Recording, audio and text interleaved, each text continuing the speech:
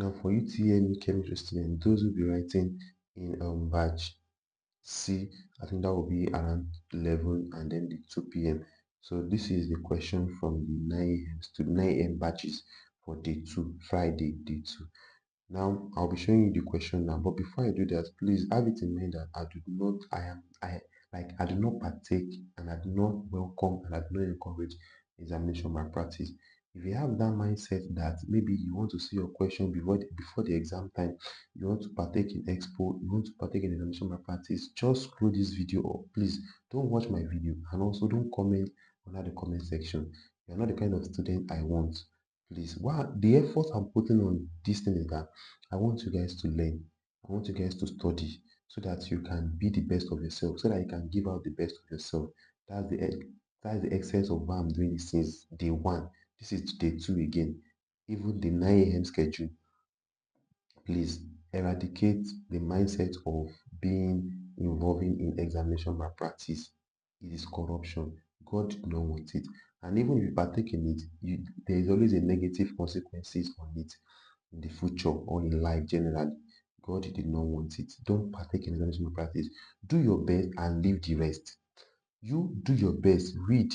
You have attended tutorial. You have been reading. Then all these questions here, they are done by 9 a.m. students. You understand? And even remember that those that wrote 9 a.m. self, they are not even writing same questions. Like those that wrote 9 a.m. today, they are not even writing the same question. All of them, like those that wrote 9 a.m. are also writing different questions. But the thing there is that, JAMB cannot set different questions for 2 million students. Imagine for 2 million students for different batches for 10 days. If they're trying to do that, there will be sometimes that they will be mixing. Like they will mix what I've said maybe for those in 9 a.m. They can mix it with the question that they will set around 11 a.m. or so. So there will be kind of mixture like that. So that's why I'm trying to give out all these questions. And even if you do not see these questions in your own, your friend, your neighbor, your classmate might come across something like this. Even if you do not come across exact question like this, you come across something related to this.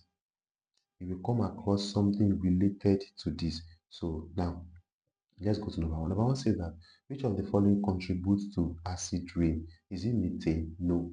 Is it nitrogen 4 oxide? Yes. So the correct answer here is nitrogen 4 oxide. It is not methane and it is not methane. The correct answer is nitrogen 4 oxide. So number 2 question says that what process is involved in the conversion of an oil into margarine? Yes, a lot of students should know this question because it is an easy question that I expect students should be able to handle very well. Is it dehydration?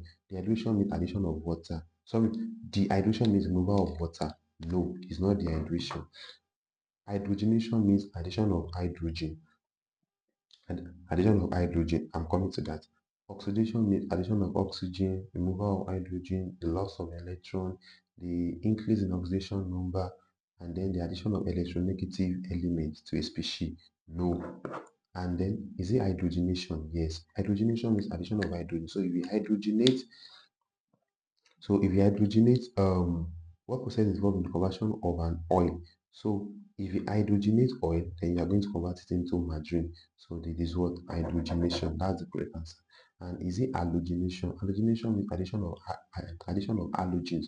Halogens like what? Like fluorine, like chlorine, like bromine, iodine. So that is halogenation. So it is not halogenation. The correct answer here is hydrogenation. So if you hydrogenate, that means you are going to convert an oil into margarine. All right. Now let's move to the next question. Now before I move to the next question, I'll be dropping a link into the comment section on YouTube, and for those on TikTok, I'll be dropping the link maybe in my bio also. So that link is for you to join. Now that link is for mentorship group, like to counsel you. What next after seeing your JAMB score. After you have seen your JAMB score, the next thing you start saying, okay, how do you start processing your school? What are the things you need to know? Like you need somebody to mentor you. You need somebody that you'll be calling time to time that okay, what do I do next? What do I do next? I've seen my JAMB score. What's the next thing for me to do? What do I do next? So that is why I want to be your educational consultant. So I want to be educational consultant. I want to, like, you reach out to me if you want me to be your mentor. Reach out to me if you want to be a mentor. So once you join the group, then after you have seen your JAM score, we are going to talk more about that. Now the price is going to be is 5,000 naira. You understand? It's going to be 5,000 naira for me to be your mentor, whereby you be my mentee. So what are the benefits you are going to see from there is that number one is that I will guide you throughout your admission period, admission time till you gain that admission till you gain that admission, irrespective of whatever you score. If they say information is power, information is key. When it is somebody directing you, guiding you, all your processes, all your way is going to be smooth.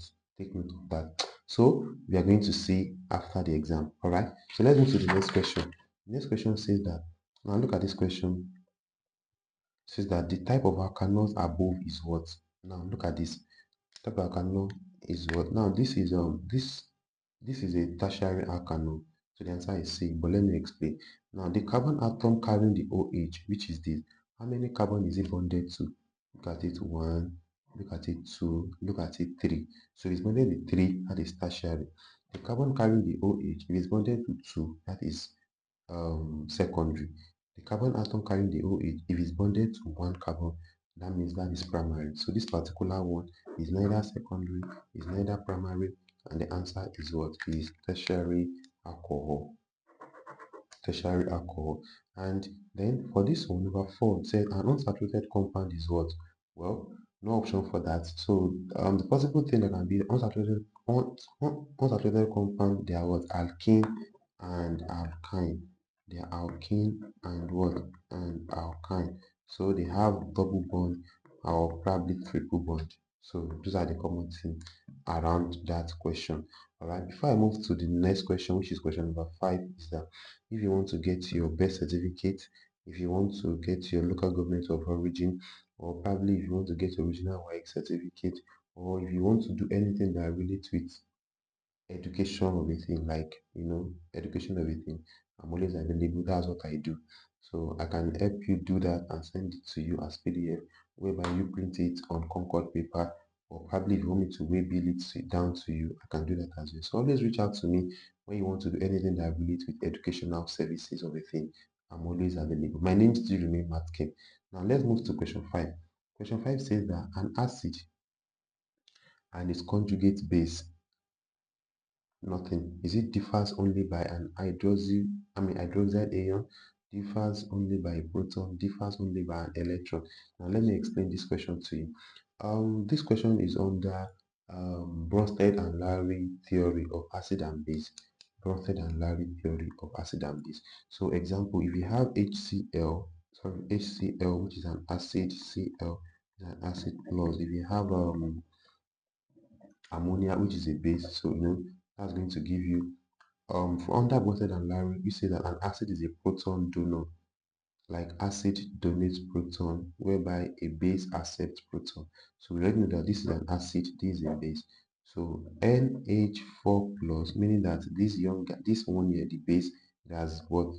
It has accepted a proton, it has gained proton.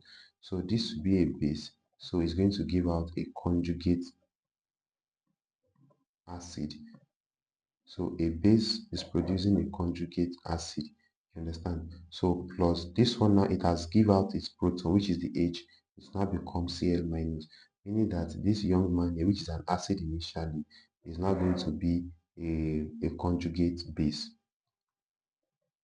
Conjugate base.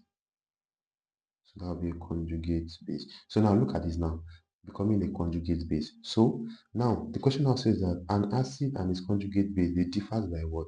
Meaning that they are referring to something like this. This and this differs by what?